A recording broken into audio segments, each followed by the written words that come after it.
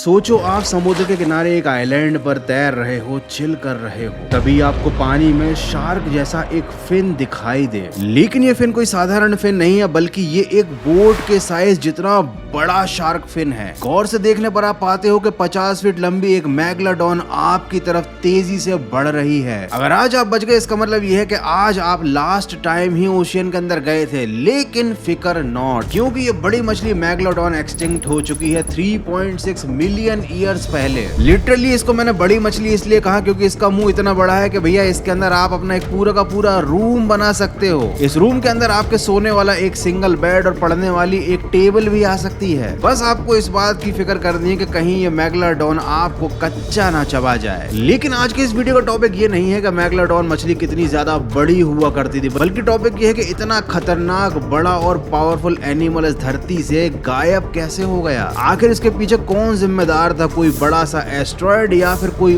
और फिश। और साथ ही आज हम इस सवाल का जवाब भी ढूंढेंगे कि क्या वाकई में मैगलाडॉन एक्सटिंक्ट हो चुकी है या वो अभी भी जिंदा है और समुद्र की गहराइयों में कहीं छिपी हुई है। तो जल्दी से अपने स्विम सूट ले लो, क्योंकि हम चलने वाले हैं शार्क के पापा की दुनिया में, मतलब मैगलाडॉन की दुनिया में, जानने उसके एक्सटिंक्शन की कहानी आज के तगड़े वीडियो में।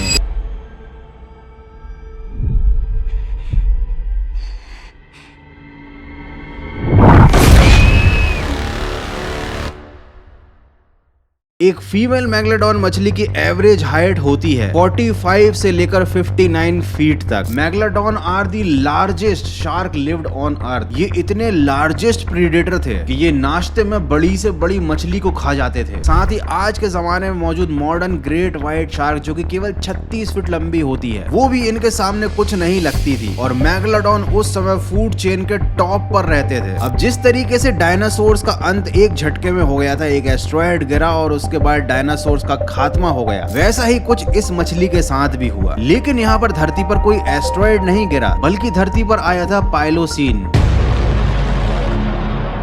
करीब 5.3 to 2.6 मिलियन ईयर्स अगो धरती पर ग्लोबल कूलिंग की शुरुआत हुई थी, जिसको पाइलोसीन कहा जाता है। ये एक ऐसा ह्यूज क्लाइमेट चेंज था जिसने पूरी धरती को ड्राई कर दिया था और कंप्लीटली ठंडा कर दिया था। ठीक वैसे ही जैसा आपने the day after tomorrow movie में देखा था कि ठंड की वजह से हर चीज अचानक से जम गई थी। पाइलोसीन के बाद आने वाली थी एक बहुत ही खतरनाक आइस एज। इसकी वजह से धरती का तापमान बहुत ज्यादा गिर गया और साथ ही धरती की टेक्टोनिक प्लेट्स में होने वाले चेंजेस ने कॉन्टिनेंट्स के बीच में एग्जिस्ट करने वाले पुराने और एंशिएंट सी वेज को पूरी तरीके से बंद कर दिया और यूरेशिया से लेके अफ्रीका तक जाने वाले सी वेज को पूरी तरीके से बंद कर दिया। अब प्राचीन काल मतलब हजारों साल पहले से मौजूद समुद्र के जो रास्ते थे वो बंद हो चुके थे। इसकी वजह से इन बड़े साइज वाली मैगलाडॉन मछलियों को काफी ज्यादा दिक्कत आने लगी थी। साथ ही धरती का तापमान इतना ज्यादा गिर गया था जिसकी वजह से ये मछलियां बहुत ज्यादा ठंडे तापमान वाले पानी में नहीं जाती थी, क्योंकि ये वार्म वाटर में रहने वाली शार्क्स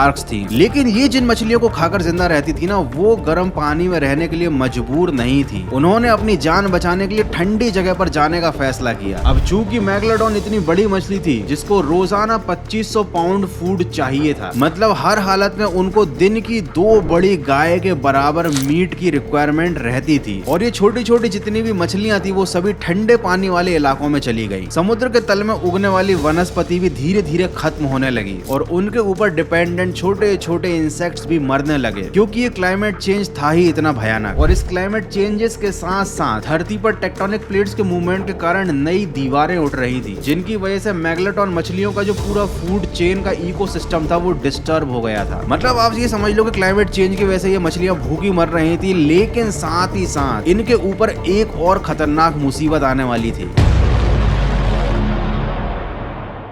मैगलाडॉन की अधिकतर पॉपुलेशन शिकार पर डिपेंडेंट थी। ये मरीन मैमल्स को और व्हेल्स को शिकार बनाते थे। ये छोटी मछलियों को भी खा जाते थे। लेकिन अब इनके सामने आने वाली थी एक चुनौती जिसका नाम था ग्रेट व्हाइट शार्क, जो साइज में इनसे छोटी होती थी, लेकिन इनका यही छोटा साइज इनके लिए फायदे का सौदा साबित हुआ, क्योंकि इनको सर्वाइव करने के लिए कम फूड चाहिए था। ये छोटी से छोटी जगह में तैर सकती थी और साथ ही साथ ये फुर्ती के साथ शिकार भी कर सकती थी। तो वैसे ही मैगलाडॉन मछलियां भूखी मर रही थी ड्यू टू क्लाइमेट चेंज और जो बचा खुचा खाना था वो खाना चट कर जाती थी ग्रेट व्हाइट शार्क्स। अब स्थिति ऐसी आ चुकी थी कि समुद्र के अंदर मेगलोडॉन को जिंदा रहने के लिए या कह सकते हैं कि सरवाइव करने के लिए थोड़ा सा खाना भी नहीं मिल रहा था, क्योंकि इन मछलियों का साइज 2 बड़ी बड़ी बसेस के बराबर होता था। अब सोचो इनको रोज पेट भरने के लिए कितना सारा खाना चाहिए होगा।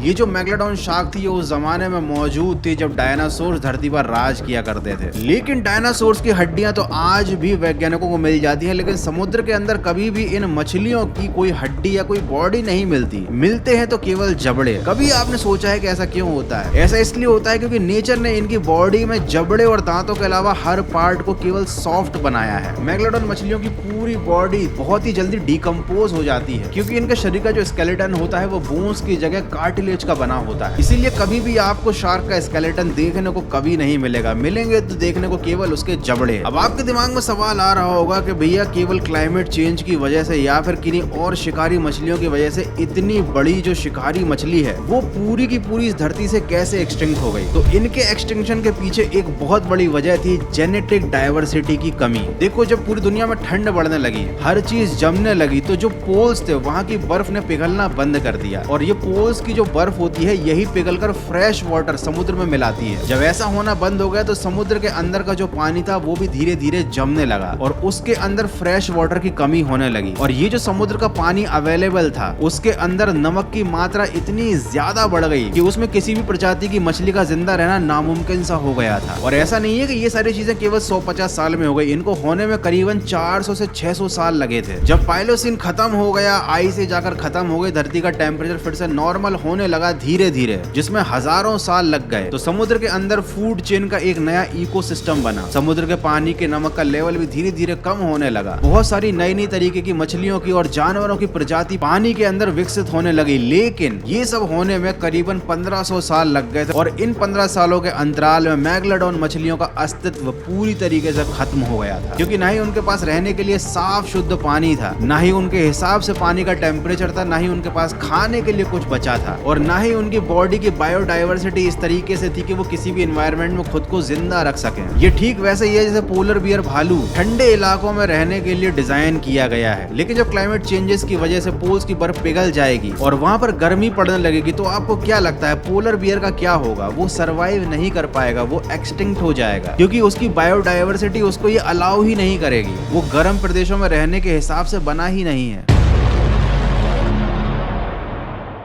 अब बात करते हैं कंट्रोवर्सी के बारे में कि क्या मेगलोडॉन मछलियां वाकई में एक्सटिंक्ट हो चुकी हैं। तो देखो सबसे पहली बात तो 90% ओशन को इंसान ने अभी तक एक्सप्लोर नहीं किया है। जिस प्रकार से धरती में इंसान 12 किलोमीटर से ज्यादा अंदर अभी तक नहीं गया है, चांद पर चला गया है, मंगल पर चला गया है, लेकिन अपनी धरती को एक्सप्लोर करने की फुर्सत नहीं है इंसान के पास। एनीवे इस टॉपिक पर अगर आप डिटेल में जानना चाहते हो तो वीडियो का लिंक आपको डिस्क्रिप्शन में मिल जाएगा। अभी हम मेगलोडॉन के बारे में ही बात करते हैं। तो मेन बात यह है कि क्या मेगलोडॉन अभी भी जिंदा है? तो पॉसिबिलिटी है, यस, मेगलोडॉन जिंदा हो सकती है, क्योंकि हमने पूरी तरीके से समुद्र को एक्सप्लोर किया ही नहीं है, तो हमें नहीं पता कि क्या पॉसिबिलिटीज हैं। लेकिन जो भी आज की टेक्नोलॉजी है वो ये क्लेम करती है कि अगर समुद्र में इतना बड़ा जीव मौजूद होता तो उसके बारे में पता तो चल ही जाता। माना कि पूरे समुद्र को इंसानों ने एक्सप्लोर नहीं किया है, लेकिन हमारी टेक्नोलॉजी इतनी भी पुराने जमाने की नहीं है कि इस विशाल मछली के बारे में हमको पता न चल पाए, खासकर जब वो इतनी बड़ी विशाल शिकारी मछली हो। देखो एक पॉइंट ये भी है कि मेगलोडॉन अगर अभी जिंदा होती भी तो भी वो कुछ सालों के बाद मर ही जाती, क्योंकि ऑलरेडी जब पुराने जमाने में, मतलब जब मिलियंस ऑफ ईयर्स पहले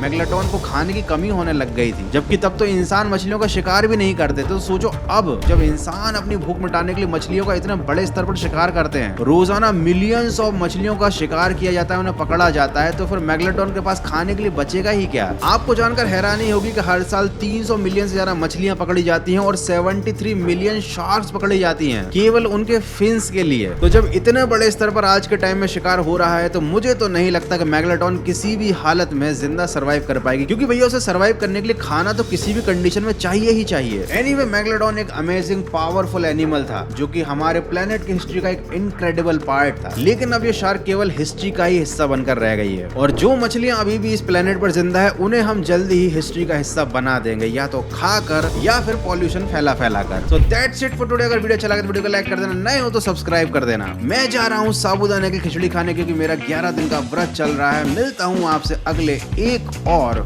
तगड़े वीडियो में। तुम लोग ये उम्मीद मत करना कि 11 दिनों के व्रत रखने के बाद मैं थोड़ा सा भी पतला हो जाऊंगा, क्योंकि भाई देखो, मैगलेटॉन मछली हो या हाथी हो, खाना मिले या ना मिले, उनकी सेहत वैसी की वैसी ही रहती है।